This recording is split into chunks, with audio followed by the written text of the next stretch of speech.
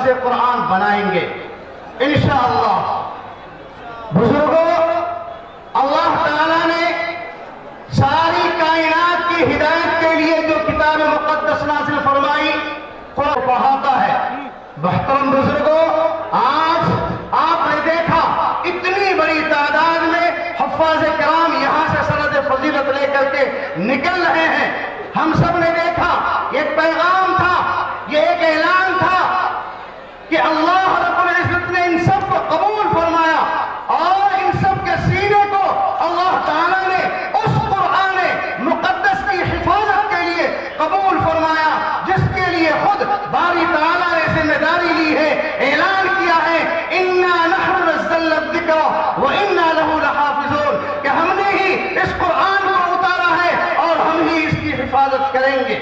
اللہ تعالیٰ ہمیں قبول کر لے، اللہ تعالیٰ ہمیں اپنا لے، اللہ تعالیٰ ہمیں موقع دے دے کہ ہم قرآن پڑھیں، ہم قرآن کو یاد کریں، قرآن کو سمجھیں، اس کے معانی کو سمجھیں، اس کے مطالب کو سمجھیں، تفاسیر کو سمجھیں، تو یہ اللہ رب العزت کا احسان ہے۔ اللہ تعالیٰ نے ہمیں خود چنا ہے،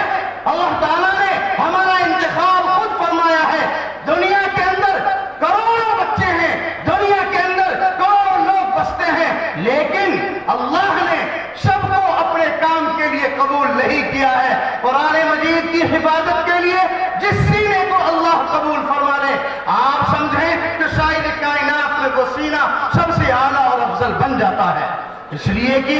اللہ تعالیٰ نے اس کے بارے میں اعلان فرمایا ہے کہ اگر ہم نے اس قرآن مقدس کو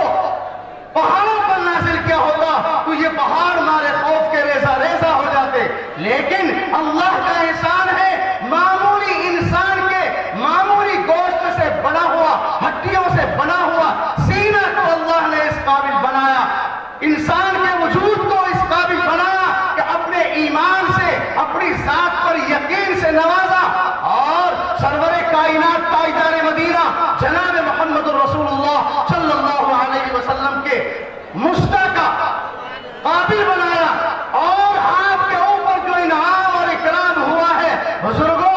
یہ وہی سمجھ سکتا ہے جو ان مدارس اسلامیہ کی قدر و قیمت سمجھتا ہے، جو علماء کی قدر و قیمت سمجھتا ہے، جو ان بزرگوں کی قدر و قیمت کو سمجھتا ہے اور ان کا اعزاز اور اکرام کو کرتے ہیں۔ میں نے ایک واقعہ ابھی چند دنوں پہلے کا پڑھا ہے، میرٹھ کا واقعہ لکھا ہوا تھا کہ میرٹھ شہر میں ایک بچے نے قرآن پاک یاد کیا، حافظ قرآن ہونے کی بنیاد پر اس بچے کے باپ نے انعام کے طور پر حافظ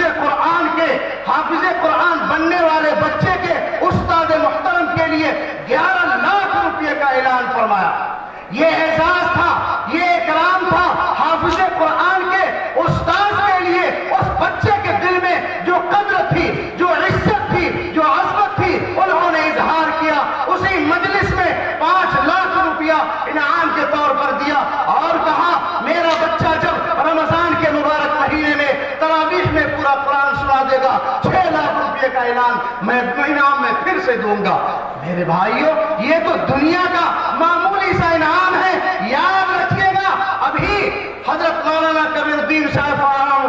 دامت برکاتہم نے آپ کے سامنے کتنی قیمتی باتیں رکھی ہیں، ان میں سے ایک بات، آج ہماری ناکامی کا سب سے بڑا ذریعہ یہ بن جاتا ہے کہ ہم اپنے اداروں کی قدر نہیں کرتے ہیں، ہم علماء کی عزت نہیں کرتے ہیں، ہم اپنی مساجد کی قدر نہیں کرتے ہیں، جس کی بنیاد پر ہمارے سامنے طرح طرح کے حالات ہیں۔ اور قدر کرنے کا مطلب یہ ہے کہ ہم علم سیکھیں، اس علم کو سمجھیں اور اس علم کو اپنی زندگی میں اتاریں، اپنے سماج میں اتاریں، اپنے معاشرے میں اتاریں، اپنے گھرانے میں اتاریں، اپنے معاملات میں اتاریں، شادی بیاہ میں اتاریں، تجارت اور بزنس میں اتاریں، کھیتی باڑی میں اتاریں، چلنے پھرنے میں اتاریں، اور ایک دوسرے سے ملنے جلنے میں اتاریں، ایک دوسرے سے معاملات کرنے میں اتاریں۔ اگر ہم اس پر عمل کرتے ہیں تو اللہ تعالیٰ کی طرف سے جناب محمد رسول اللہ صلی اللہ علیہ وسلم کی زبان مبارک سے جو اعلان کروایا گیا ہے، من قرأ القرآن وعمل بما فیہ البس والداہ تاج یوم القیامہ، اعلان کروایا، اعلان کیا ہے آقا مدنی صلی اللہ علیہ وسلم نے کہ جس نے قرآن پاک کو پڑھا، جس نے قرآن پاک کو